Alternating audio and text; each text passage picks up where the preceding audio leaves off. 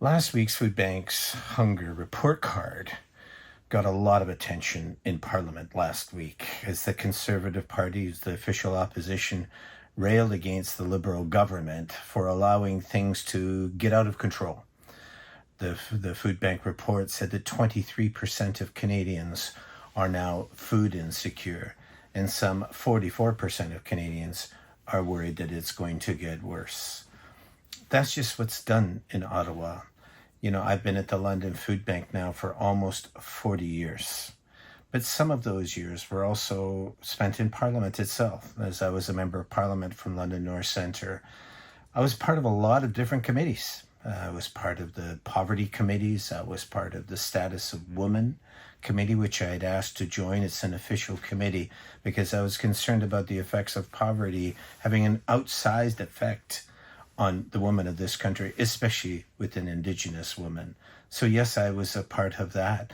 I was part of international cooperation initiatives because that was my role in the shadow cabinet, looking at poverty overseas and in all sorts of different contexts, and violence or in other lower economically deprived areas. So, I got into Parliament in large part to tackle poverty. But even there, back in those days, Stephen Harper was the Prime Minister. But even there, the Liberals railed against the Conservatives for not doing enough. They also used Food Banks Canada data to speak out against the government of the day. And I remember sitting there and just being so discouraged by watching it all. What these reports were showing was that poverty in Canada was growing. But politicians were too set on being against one another and trying to gain power to really understand or to get into what this really meant. Now that's important. Stephen Harper, when he was Prime Minister, and that's when I was there, he had major challenges to face with the Great Recession. We know all about that. Started in 2007, and there was a lot of struggle around the world, but also here in Canada. And Stephen Harper put out a number of measures that were designed to help public infrastructure and make some funds more accessible to Canadians. And, there was a challenging time. Justin Trudeau has had to face the pandemic. We had a situation there from 2015 to 2020 where poverty itself took a nosedive. UNICEF recognized Canada as the one country in the world where it had dropped so precipitously. Now that was under Justin Trudeau's watch.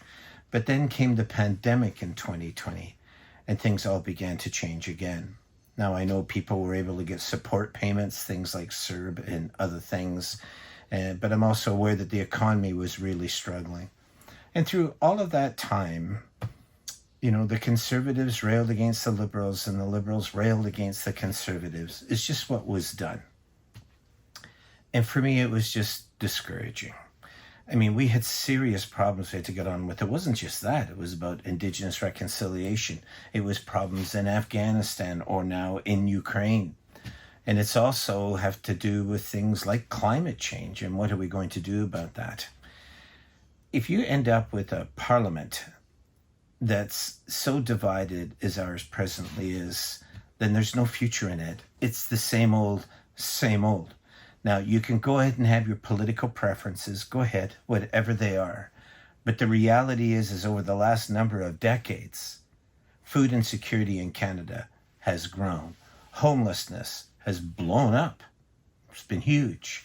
All sorts of other issues that go around things like economic deprivation, the lack of access to proper supports. These things have all gone up. And yet politicians are spending all their time looking across the way at one another and blaming the other party, even though their own party was part of that whole story just years before. I personally think Canadians are getting fed up with it. The blame game has just gone on so long, and now it's not just watching what's happening about poverty or climate change. Average citizens now are having trouble paying rent. They're having trouble affording groceries. They're having trouble finding work that pays well and has benefits that reward hard work. That's the stuff that's going on. And now that's impacting average Canadians, not just Canadians who are watching things happen elsewhere, this is getting to them. And part of the reason why food banks have done so well as far as support over the course of the last 10 years has been for that very fact. The average Canadians have felt the pinch. They understand what's going on. And rather than having them withdraw into themselves and into their own problems, they got generous and donated more to food banks than ever. In all of this time, food banks were the canary in the coal mine. Food banks would put out these reports. I've been at this 4 decades, so I know how it works.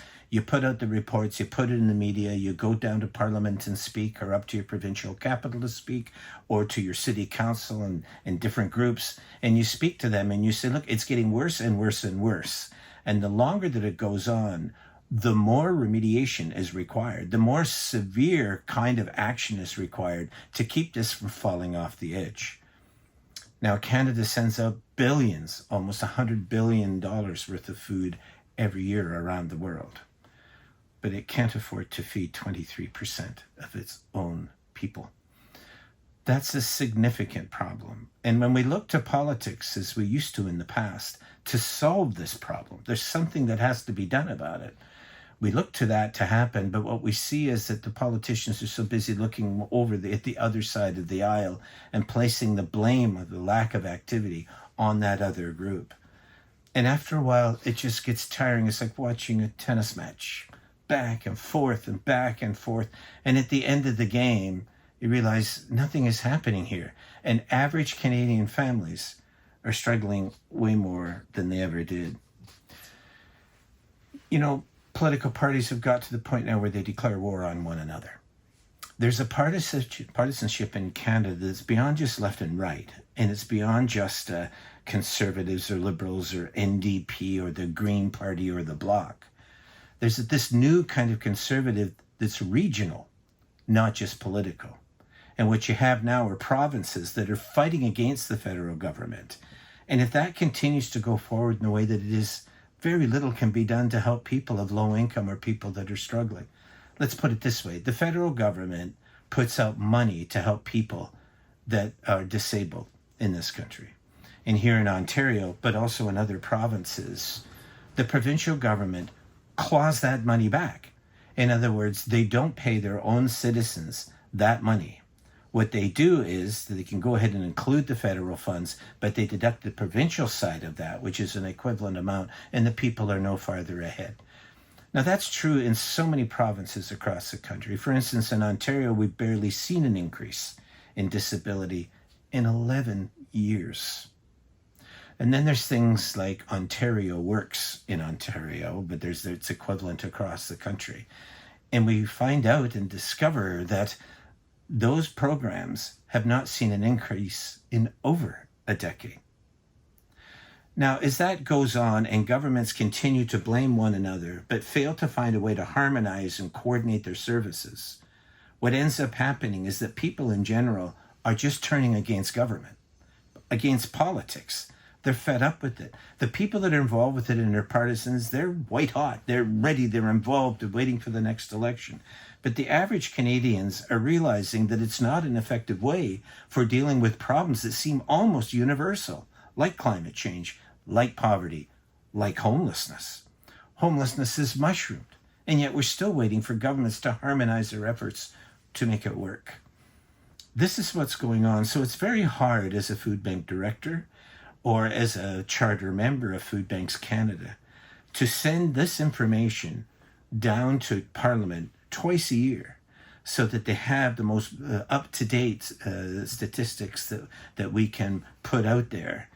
And each time they read those reports, they look across the aisle at one another and they blame the other person for the responsibility, for the lack of action. There's no future in it.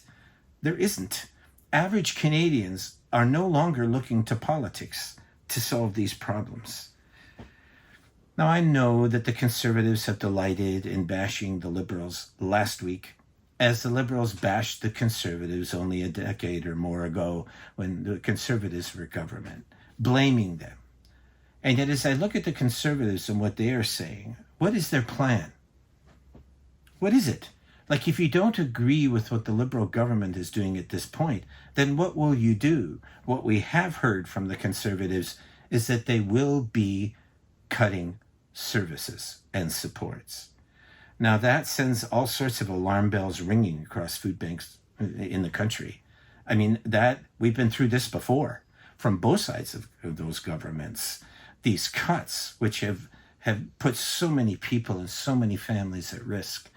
So, if the Conservatives want to complain about what the Liberals are doing, then give us your plan. There will be an election soon enough. Give us your plan.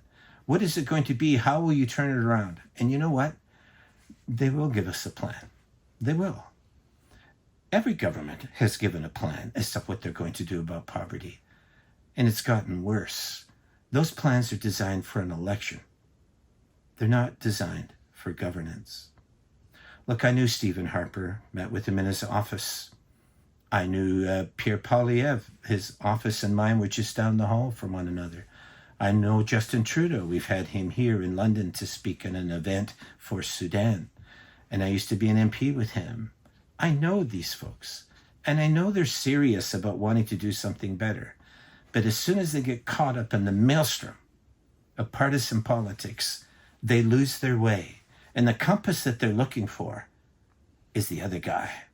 And to blame that party for the ills that befall Canada at the moment. In times of war, parties come together. It's happened in Canada. It's happened in other countries around the world. We form great alliances. We even share some different members of different parties and kind of war coalitions that can help us to deal with things possibly and get bills passed quickly that can get into that effort, the conflict that's going on, and make a real difference.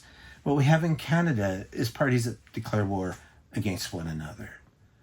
It's time to stop that. It's time for all of these parties to look at it and realize homelessness, ask any mayor, homelessness is beyond our control. We can have our various little things that we can try to do to mitigate some of the worst of it. But the reality is it's brutal and it's getting worse. Food security, the price of food, accommodations, not enough accommodations that are affordable for people. Now, you can go ahead and finger point, or you can sit there and say, look, these things are serious enough that we should come together as parties. Let's pull people from each party and let's come up with some measures that we can all agree upon that will turn the corner on these things and end it, or at least make it better. But they're not doing that. What they're doing is they're looking at you and me, and they're saying there's elections coming, vote for us, and we'll be different. And it's not. I understand that all of these parties mean well, but I also understand that it's going to take cooperation of parties if this problem is going to be solved. I was there in 1989 when Parliament all came together and decided that they would end child poverty by the year 2000, 11 years later. I was there. I was there at the invitation of the government, and I stood there and I watched. And as the bill was passed, as that measure was passed, everybody in the gallery was in tears. But people down on the floor, the politicians themselves, were backslapping, shaking hands, congratulating one another. They were really going to deal with this serious problem. And within 5 years, it was worse than it ever was. By the time 2000 came around, it had more than doubled. If that's what politics does for us, it's too much of it. There's too much of politics everywhere. We need the kind of politics that's about policy. The kind of politics that's not about partisanship or people or whatever it is, but about policy. The kind of cooperation that's required for help us to deal with major problems in this country. And then after maybe those problems are addressed, then if you want to get back to this thing about who wins the election or who doesn't, go ahead. But I've been there. There have been hundreds of politicians in all the parliaments across this country who know exactly what I'm talking about at this moment. So much of this is fake. So much of this is us saying we care about it, and I believe politicians do. But once they get into the party system or other things, or all the attention or the perks or other things that are given, they shapeshift. They become something else. And while they say that they want to get these problems fixed. They align themselves with their parties against the other parties in order to acquire power. And then after they do acquire power, which inevitably happens, you look at them 5 years later, and these problems have remained great, or they are greater still. This is what we're facing.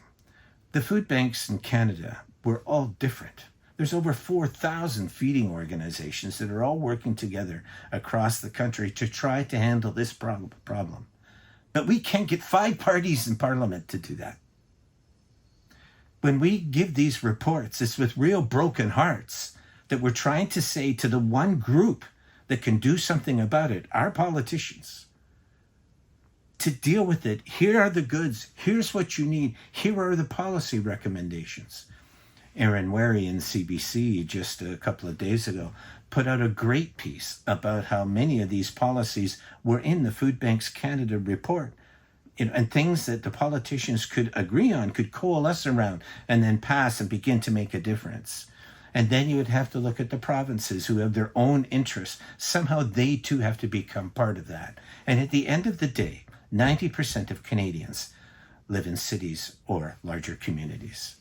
And if you keep them down at the end of the pipe, and everything else is about the feds and the province, then the cities end up with the majority of the problems, but with the least of the resources. Come on, it's time for a kind of federalism that works. It's time for a constitution that recognizes that the highest force in the land is not the Prime Minister or the Governor General, the Premier or an MP or an MPP. It is the citizen. And the job of every politician is to take care of citizens, their families, their businesses, their associations, be it faith associations or service clubs, community groups that come together for certain causes, the arts. All of those things are important. And citizens are in all of that and doing all of that. But now the majority of those citizens are having trouble knowing how they'll pay rent.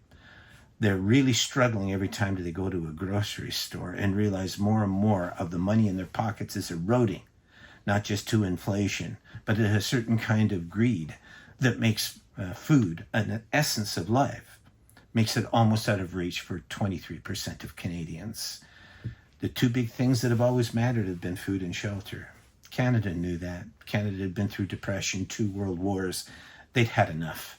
And by the time the Second World War was over, they decided that they wanted a country that would deal with those things. And thanks to the help of NDP leaders like Tommy Douglas, or people like John Diefenbaker, or people like Lester Pearson, things began to move ahead. These parties, despite their agreements and some of the fiercest fights in Parliament, nevertheless coalesced around what was best for you and me. That's what we have to get to. And it's just discouraging as a food bank director for so long. We've survived so many prime ministers, so many mayors, so many premiers, so many city councillors. And we've been around a long time. And to watch it just get worse and worse and worse as our efforts at accumulation of data and stories and narratives get better and better and better, it seems less impactful every time we visit a political center. I've been to Ottawa. I've been in the House. I've stood up and spoken about poverty issues, not just in the House, but also in question period, and also on the behalf of the Canadian government at different places overseas, in places that Canada was trying to help poorer nations. I've been there. I've been to Queen's Park trying to speak. I've been to city councillors and trying to speak with them about what's being done. And I would have to say that over the course of 40 years, I haven't been that effective. And the food bank reports haven't been that effective either. They should be. They come right from the heart of communities, from communities that are giving, not pulling away from everything. These reports are a reminder to all of our politicians. We're at war. The only way that we can win against poverty is to combine. The only way we can win against climate change is to combine. The only way we can win against homelessness or this high cost of living or inflation is to combine our efforts and help Canadians to get back to the productivity they're so well known for. It's thanks to Food Banks Canada that these things come forward. And it's no thanks to our political representatives when they use it instead of finding common ground. They find mud and they throw it at one another.